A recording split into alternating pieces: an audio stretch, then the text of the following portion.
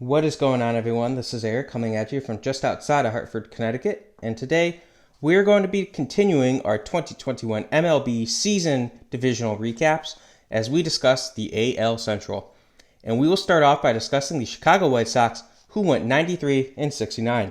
Now, they ran away with this division. They were the only team that finished above 500 in the AL Central. Now, Chicago, their great regular season may have been because of their division, but fact of the matter is they looked great. Their offense pulled through, despite multiple injuries throughout the season. Before the year began in spring training, Eloy Jimenez would tear his pectoral tendon as he made a great defensive play, and he was missed all but the final 2 months of the season.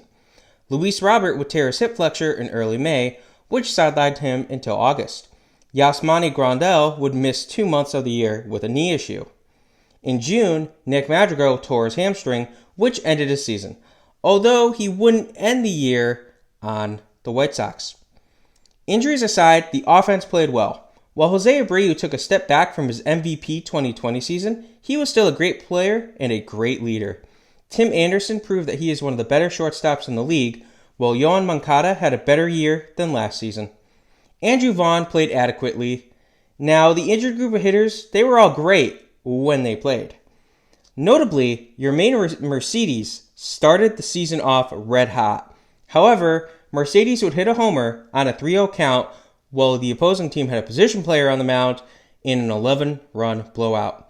This led to some heavy criticism from manager Tony La Russa, and this seemingly ended his season in May, as he began to struggle and he ended up getting demoted.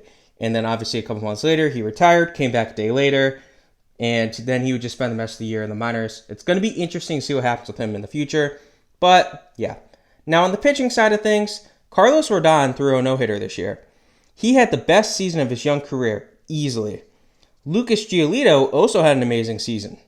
Lance Lynn played better than I was expecting, so I'll admit that I may have been wrong about him.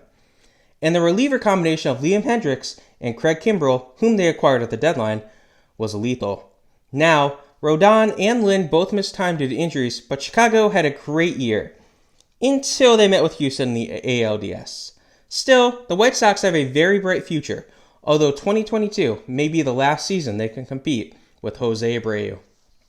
In second place, we had the Cleveland Guardians, who would finish 80-82. Cleveland had a rough season this year. While they were never expected to be World Series contenders, especially after they traded Francisco Lindor and Carlos Carrasco away, they were expected to be a 500 team. All said and done, they finished just a game below 500. Jose Ramirez is this team's offense. He was a force, and he would be in the MVP discussion were it not for three men named Guerrero, Perez, and Ohtani. Franmil Reyes was a bit streaky, but he did clobber 30 homers on the season. Bobby Bradley played in 76 games, but he also showed that he has massive power upside. Plus, Cleveland went out and acquired Miles Straw at the deadline. I love that move. No one really disappointed on offense this year. You could mention Austin Hedges, who hit below the Mendoza line, but his glove and pitch framing as a catcher had him in discussions to win the Gold Glove. So we'll give him a pass. Pitching-wise, Cleveland was a letdown.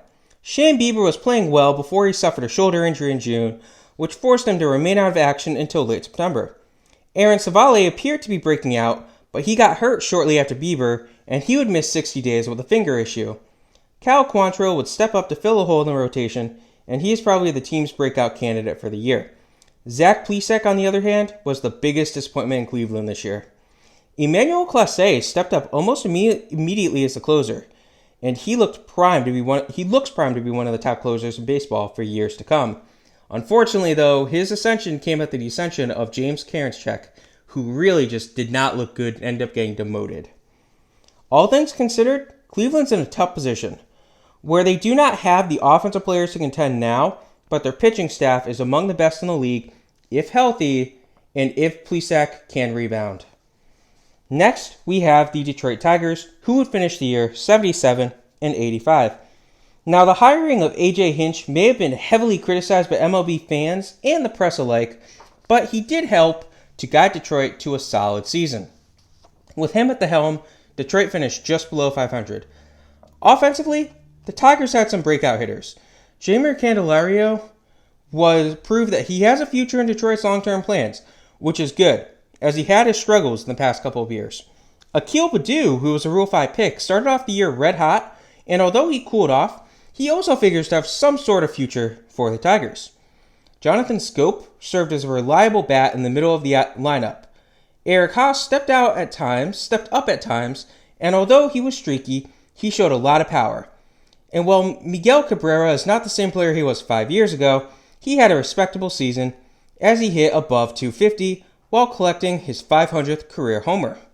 Nico Goodrum and Nomar Mazara were slight disappointments, but Tigers fans cannot really complain. The team's pitching was solid too. Spencer Turnbull was the team's best pitcher, although he only made 9 starts before being shut down and unfortunately needing Tommy John. He looked electric, as he did manage to also throw a no-hitter. Casey Mize and Tariq Skubal played better in their second years than they did in 2020, while Matt Manning made his debut, and although he didn't look that good, he's still a rookie. Heck, even Willie Peralta, was a good player for them. Michael Fulmer took on the job in the bullpen, and he did not disappoint.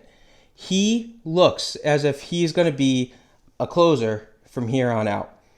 Now, notably, they did just sign Eduardo Rodriguez earlier today, so they're clearly getting ready to compete now.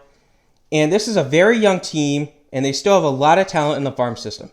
Honestly, I see the Tigers as a sleeper team to go out and sign another free agent or two, especially a bigger name. I think they're definitely going to go out there and try to get one of those shortstops that's available. The rebuild is almost over. Enjoy, Tigers fans. In fourth, we had the Kansas City Royals, who would finish 74 and 88. Like Detroit, Kansas City played better than expected in 2021, and it can mostly be attributed to the play of a few players on the offensive side of the ball. Salvador Perez had one of the best seasons for a catcher that we have seen in a long time. He'd be in the MVP discussions were it not for Ohtani and Guerrero. Heck, he still is in the MVP conversation despite those two having amazing seasons. 48 home runs is an amazing statistic, especially for a catcher, although to be fair, he did DH a lot too. Whit Merrifield led the American League in stolen bases, while Nicky Lopez provided a solid bat and some speed. Even Michael A. Taylor had a somewhat solid season, one of the better seasons he's had in a while. Unfortunately for Kansas City, Hunter Dozier had a rotten year, while Carlos Santana was bad after the first month or so of the season. And Adalberto Mondesi spent the majority of the year on the IL due to 3 different lower body injuries. The Royals pitching staff is extremely young. Danny Duffy was this team's best pitcher before he was shipped away at the deadline. Carlos Hernandez took his place in the rotation, and he pitched well. The other young pitchers, such as Chris Bubich, Brad Keller, Brady Singer, and Daniel Lynch, all experienced some hiccups, but they showed plenty of potential as well. Scott Barlow stepped up as the team's closer, and he looked good. Kansas City definitely has a bright future if they can stay healthy, and if their farm system continues to produce players like it has been. They need to add a power bat or two in order to truly compete, but they have the potential to have a lineup full of guys who can hit 300. Now we must patiently await for Bobby Witt Jr. to make his debut. Fingers crossed it will be early next year. Lastly, we had the Minnesota Twins, who finished 73 and 89, and it would have been worse were they not in the AL Central. Entering the season, I was lower on Minnesota than most, but even I wasn't expecting them to be this bad. If they were in any other division, like I said, their record would probably rival Baltimore and Arizona for the worst in baseball. While the offense was respectable, the pitching was atrocious. Offensively, Jorge Polanco was the Twins' best hitter this year. I don't think many people saw this coming, but Polanco played well, leading the team in homers, runs, and RBIs. Nelson Cruz, the ageless wonder, was playing very well until he was dealt at the deadline. Miguel Sanu and Josh Donaldson did about as well as you could expect, as they hit homers with less than ideal batting averages. And Byron Buxton played like an MVP, until the injury bug struck him again in May. Speaking of, Mitch Garver and Alex Kirilloff both missed more than half of the season due to injuries this year. Jose Barrios looked like the team's ace when he pitched, but they decided to embrace the off year and dealt him at the deadline. Outside of him and Michael Pineda, the pitching of Minnesota was just awful. Kenta Maeda was a massive letdown. Jay Happ had an ERA just south of 7. In the bullpen, where to begin? Outside of Trevor Rogers, who missed the last 2 months of the year with an injury, everyone just stunk. Alex Colom and Hansel Robles, both of whom were free agent signings that were brought in to solidify the bullpen, failed miserably. The Twins as a whole were a massive letdown, and they will most likely look very different heading into 2022, as many of their faces are now free agents. Now, all things considered, though, Chicago, they have all these teams realistically have bright futures. They all have talented farm systems. Hold maybe Cleveland.